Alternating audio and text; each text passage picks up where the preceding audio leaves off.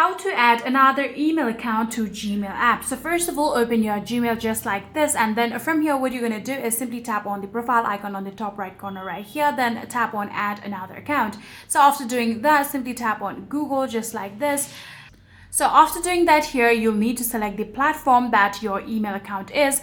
So it is on my Google account, so tap on Google. Now after doing that, here you can see it is currently checking my info. Within few minutes there will be the option of adding down your email address. So simply write down your email address right here. After doing that, simply tap on next, and then from here there will be the requirement of verification. So simply enter the password of your email.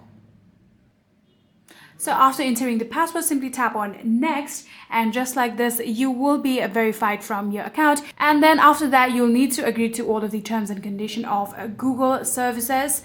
Simply tap on I agree, and then from here you can see you have successfully added another account. So all you want to do is simply tap on the profile icon right here. Then if you want to switch account, simply tap on that particular account and you can switch it just like this. And yeah, that's it.